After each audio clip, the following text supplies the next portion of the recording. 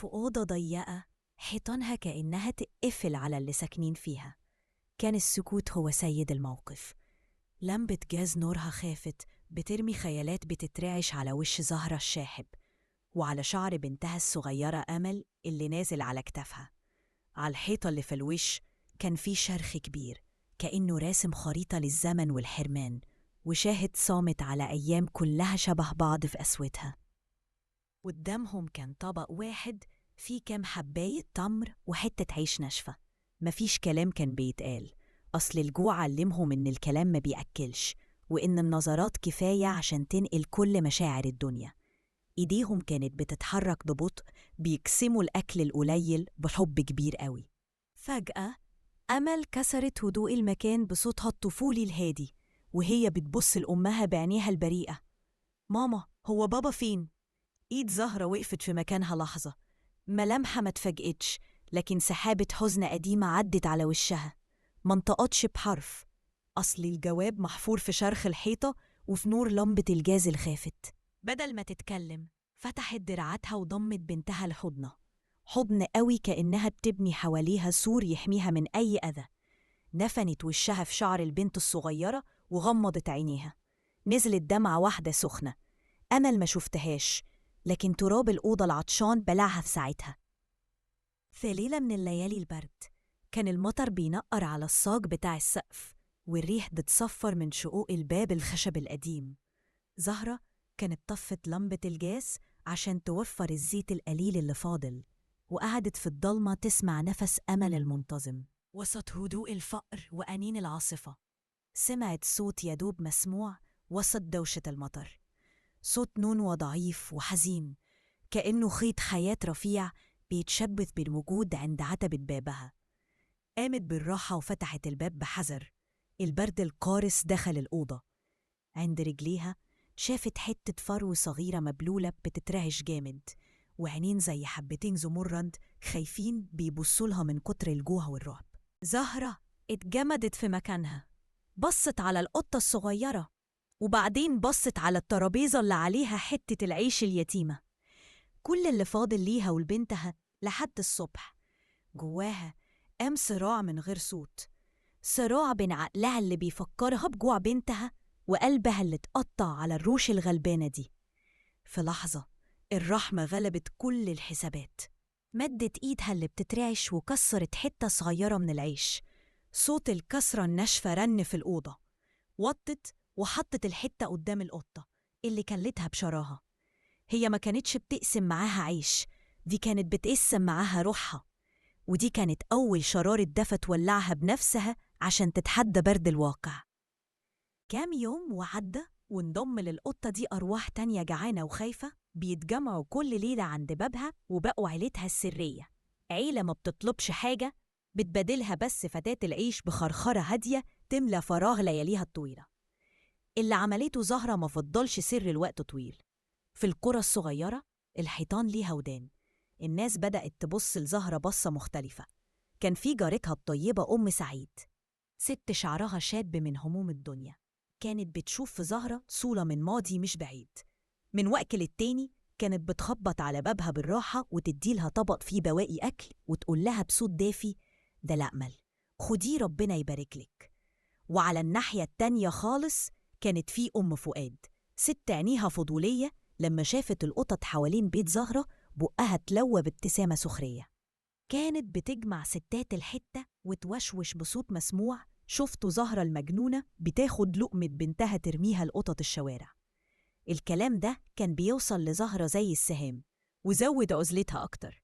عيلتها من القطط بقوا الملجأ بتاعها، بتقعد وسطهم تمسح على فروهم وتكلمهم بهمسات. في عز الظهر في يوم هادي وصل القرية راجل غريب باين عليه الوقار والغنى.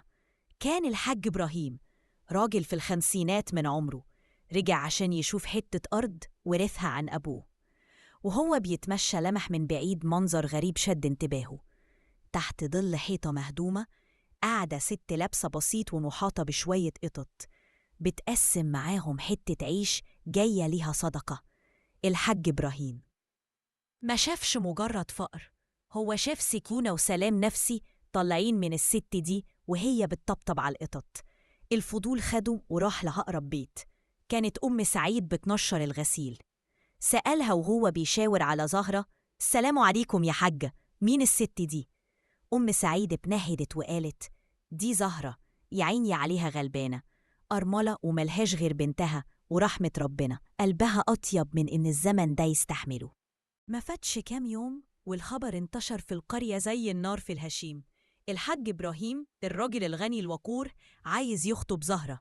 أم فؤاد اللي كانت بتقول عليها مجنونة نظرتها اتحولت من شك لحسد. فجأة زهرة بقت محط الأنظار. أم سعيد راحت لها بالبشرة ولقيتها قاعدة في هدوءها كالعادة. لما قالت لها الخبر زهرة رفعت وشها وهي مش مصدقة. هي زهرة الأرملة الفقيرة. خيالها بدأ يرسم صور عمرها ما اتجرأت تحلم بيها. بنتها أمل لابسة فستان جديد، بتاكل وتشبع وتنام على سرير دافي، ولأول مرة من سنين لمع في عينيها بريق أمل خجول. اترتب اللقاء الرسمي في بيت أم سعيد. قعد الحاج إبراهيم قصاد زهرة بمنتهى اللطف والاحترام. اتكلم عن المستقبل وعن ازاي هيخلي أمل تدخل أحسن المدارس، ووصفلها بيته الكبير والحياة الهادية اللي مستنياهم. زهرة كانت بتسمع وهي حاسة إنها في حلم. ابتسمت لأول مرة ابتسامة خفيفة. بعد ما مهد لها الطريق بكل الوعود الدافية دي، الحاج إبراهيم قال بنفس النبرة الهادية: وبطبيعة الحال يا زهرة، بيتي منظم وهادي وما فيهوش مكان للحيوانات دي. الجملة وقعت على قلب زهرة زي المية الساقعة على جمر والع. هو ما قالهاش بقسوة، قال لها كأنها حقيقة مسلم بيها. فجأة البريق اللي كان في عينيها انطفى، وحست بتقل الدنيا كله بيرجع تاني فوق كتفها. رجعت زهرة أوضتها وقفلت الباب على نفسها وعلى صراعها. قعدت في الضلمة على الأرض وبصت على بنتها النايمة بتحلم. تخيلتها في فستانها الجديد ومستقبلها الحلو. كل ده كان في كفة. وبعدين بصت من الشباك، شافت خيالات قططها الصغيرة قاعدة في هدوء بره مستنيينها كالعادة. الأرواح دي اللي شاركتها جوعها ونستها وحدتها كانوا في الكفة التانية. انهارت زهرة في بكا صامت بيهز كيانها كله. رفعت إيديها للسما وهي بتناجي ربنا: يا رب يلي عالم بحالي، دلني أختار سعادة بنتي اللي شايفاها قدام عيني، ولا رحمتي بالأرواح دي اللي انتي سقتها لي بابي. أعمل إيه يا رب؟ تاني يوم الصبح جه الحاج إبراهيم عشان ياخد الرد النهائي. زهرة قعدت قصاده، بس ما كانتش نفس الست. مفيش تردد ولا خوف في عينيها، في هدوء وقوة غريبة. رفعت راسها وبصت في عينيه بثبات وقالت بصوت صافي وهادي: يا سيدي، أنا بشكرك على كرمك، بس أعتقد إنك فهمت الموضوع غلط. خدت نفس عميق وكملت: يا سيدي، لولا رحمتي بالأرواح الضعيفة دي ما كانش ربنا بعتك ليا. الحاجة اللي انت شفتها فيا وعجبتك كانت أثر رحمة ربنا اللي حطها في قلبي. لو اتخليت عنهم يبقى اتخليت عن السبب اللي خلاك تشوفني وتكرمني. ازاي أبني سعادتي على ترك اللي كانوا سبب في إنك تشوفني أصلاً؟ الكلام نزل على الحاج إبراهيم زي الصاعقة.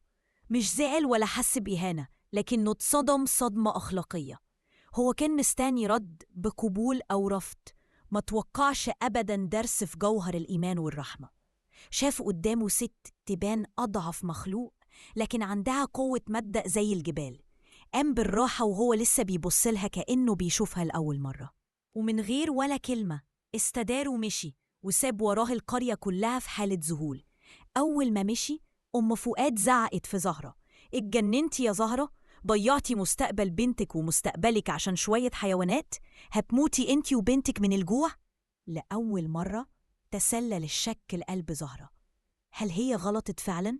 في اللحظة دي أمل سابت اللعبة اللي في إيدها وقربت من قبة قاعدة عند الباب وطبطبت عليها برقة، وبعدين بصت لمامتها وابتسمت وقالت: أنا بحبهم يا ماما. الجملة البسيطة دي نزلت على روح زهرة زي البلسم. كل شك راح وكل ندم اتمحى. عرفت إنها معلمة بنتها درس ما يتعوضش بكنوز الدنيا، درس في الرحمة والوفاء.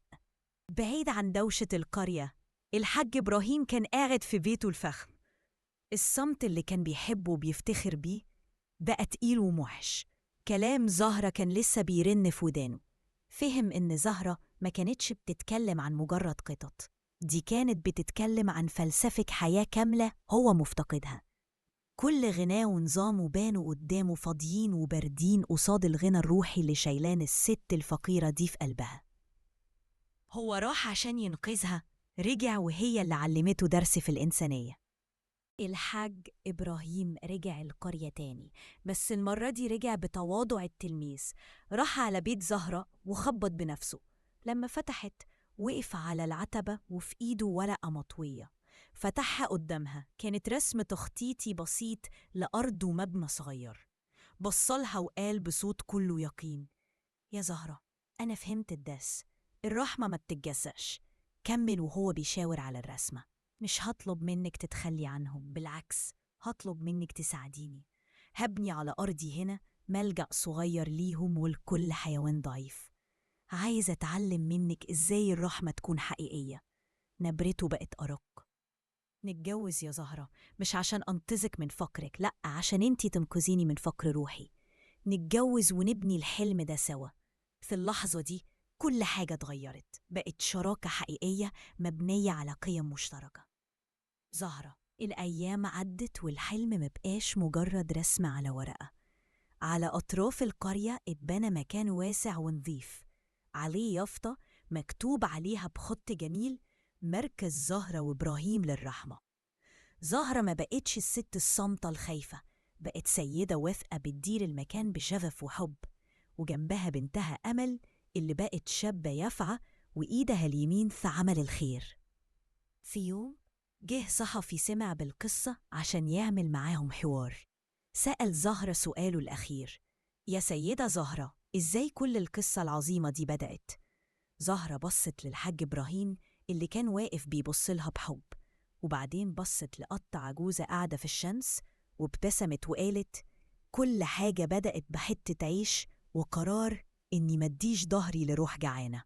وهنا السؤال ليكم: لو كنتوا في موقف زهرة وما عندكوش غير لقمة واحدة، كنتوا هتقسموها مع مخلوق ضعيف؟ تشاركونا صراع القلب والعقل في التعليقات.